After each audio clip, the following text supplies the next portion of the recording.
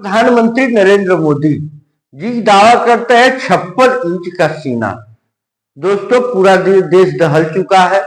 26 से 28 लोगों की जो मौतें हुई हैं, पुलवामा के बाद पहलगाम में जो घटना घटी, दिल दहल गया लोगों को का किस प्रकार एक दंपत्ति और पूरे परिवार के किस प्रकार एक लोग के सामने ही लोगों को आतंकवादियों ने गोली से छलनी कर दिया, मार दिया उन दरिंदों ने, उन परिवारों को जो कि स्वर्ग की नगरी कही जाने वाली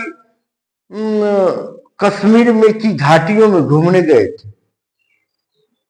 हम अपने आप को कैसे महफूज करें और कैसे अपने आप को सुरक्षित रखें, कहने के लिए तो हमारे देश को विश्व गुरु की लाइन में लगा हुआ है, लेकिन आतंकी हमले कैसे होते हैं कि हमें ना ही पुलिस बचा पाती है, ना ही आर्मी के जवान बचा पाते।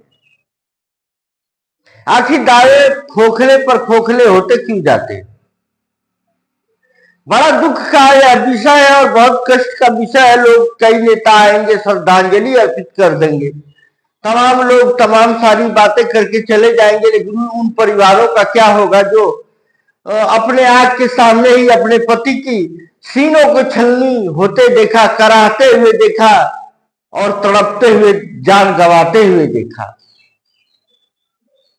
हम कहते हैं कि जब हमारे बड़े बड़े वीआईपी और बड़े बड़े मंत्री, गृह मंत्री और प्रधानमंत्री नरेंद्र मोदी और तमाम ऐसी रैलियां होती हैं, वहां पे व्यवस्थाएं इतनी होती है लोकतंत्र में, जनता जब यहां से कश्मीर की वादियों में, पुलवामा या पहलगाम ऐसी जगहों पर जाती है तो उनकी सुरक्षा का क्या होगा? उनकी सुरक्षा करना किसकी जिम्मेदारी बनती है? सवाल तो उठेगा, सत्ता से सवाल होगा ही। हम हिंदू मुस्लिम करके अपने देश के बीच में आंतरिक विद्रोह में आ जाते हैं, आंतरिक चीजें में हम लोग लड़ते भिड़ते हैं। कहीं न कहीं हमारे लिए, हमारे देश के लिए, के सेहत के लिए बहुत ही गलत है। आतंकियों का कोई समुदाय और कोई जाति नहीं होती है दोस्तों, आतंकी ही होते हैं जो देश के गद्दार होते हैं। यह हर हृदय विदारक घटना जो कि पहलगाम में हुई है, तमाम लोग, कोई झारखंड के रहने वाले थे, कोई हैदराबाद के, तो कोई गुजरात के, कोई पंजाब के, कोई पटना के, किस प्रकार वो अपने सपने सजाए होंगे और उस घाटियों में घूमने निकले होंगे। क्या पता उनको था कि यह उनकी अंतिम सैर होगी? क्या पता उस परिवार को था और कुछ युवा युवतियों का रहा होगा कि हम सैर के लिए जा रहे हैं, घूमने के जा रहे हैं, तो हम घर नहीं लौट के आ पाएंगे।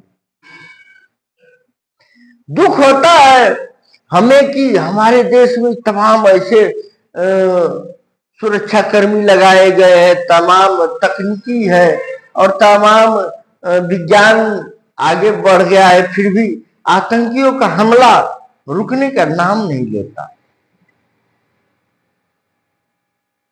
हमें चेतना पड़ेगा। हम केवल 56 इंच का सीना दिखाने से, ये हमारे दावे करने से हम देश की रक्षा नहीं कर पाते। तमाम लोग, कहीं कुछ दूसरी घटना होती है तो तमाम लोग दूसरे मुद्दा पर लेके चले जाते हैं।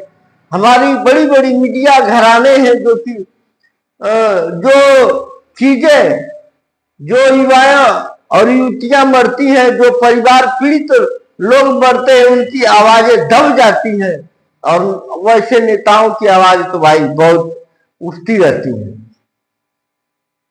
लोकतंत्र में जनता का अधिकार है सुरक्षा पाना। वहां पर जब गोलियां चली है, आतंकी हमला हुआ है, तो अनेक सूत्रों से पता चल रहा है कि किस प्रकार आधा एक एक घंटे तक युवक और औरतें तड़पती हुई मर गई। खाली खाली सारे तरफ नजर आ रहे हैं। आखिर क्यों? यदि हमारे दावे ऐसे ही खोखले होते रहेंगे तो हम कैसे अपने आप को महफूज और सुरक्षित समझ पाएंगे? दोस्तों, 370 हटाया गया। धीरे धीरे सभी लोग अपने आप को मजबूती से जम्मू कश्मीर की घाटियों में, वादियों में घूमने के लिए जाने लगे। सभी लोगों को सामान्य स्थिति समझ में आना चालू हो गई थी। लेकिन पहलगाम की हृदय विदारक घटना किस प्रकार दुखदाई हुई है, इसकी मैं घोर निंदा करता हूं और उन हमलों में जितने लोग अपनी जान गंवाई है उनको श्रद्धांजलि अर्पित करता हूं। लेकिन क्या हमारे श्रद्धांजलि अर्पित करने से उनके परिवार लौट आएंगे? नहीं लौट पाएंगे। हमें ऐसी गतिविधियों से बचना चाहिए और हमारे जो भी नेता हैं और लोग हैं, ऐसा न करें कि इस घटना पर कोई राजनीति हो।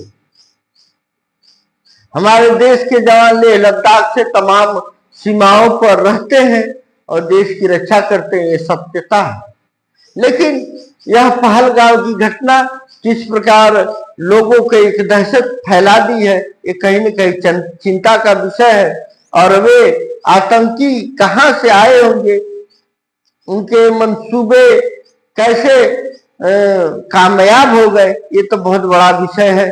क्योंकि हर जगह पुलिस और आर्मी और चप्पे चप्पे पे सुरक्षा कर्मी लगाए गए हैं, किधर से वो आए होंगे और इतनी बड़ी दुर्घटना घट गई। दोस्तों, पहलगाम की इस घटना से बहुत पूरे देश के लोग आहत हुए हैं और हम आपसे यही चाहेंगे कि आप भी अपनी सुरक्षा की जिम्मेदारी आप खुद तो करिए ही, ना कि किसी दूसरे पर आप निर्धारित रहिए। क्योंकि जो लोग यहाँ से पिकनिक मनाने गए होंगे, घूमने गए होंगे, शहर और पर्यटक के लिए गए होंगे, वो ये नहीं जानते होंगे कि हम आज यहाँ से निकल गए रहे हैं तो हमारी यह अंतिम यात्रा होगी। हिंदू मुसलमान से फुर्सत मिले तो जरा हमें इस चीजों पर भी ध्यान देना होगा कि ऐसी घटनाएं का पुनरावृत्ति न हो। और हमारे देश के जवान तो सक्रिय रहते ही हैं, क्योंकि हिंदू मुस्लिम करने वालों उन नेताओं से भी मैं ये कहना चाहूंगा कि गाजीपुर के ही वीर अब्दुल हमीद जो कारगिल के युद्ध में अपनी जान को गवाकर देश की रक्षा किए थे। तो हिंदू और मुस्लिम सभी का यह देश है, ना कि आप अपने ही देश के लोगों के बीच हिंदू मुस्लिम कहे। आतंकवादियों के खिलाफ सरकार ठोस कदम उठाए और उनके मुंह तोड़ जवाब दे, चाहे पाकिस्तान हो चाहे कहीं के आतंकवादी हो, उनके साथ तो वैसा ही व्यवहार करना चाहिए जैसा वे करते हैं। दोस्तों, मैं स्वतंत्र पत्रकार राकेश कुशवाहा आप सभी जो वैश्विक रूप से हमसे जुड़े हैं उनको नमन करते हैं। बहुत बहुत धन्यवाद। नमस्कार।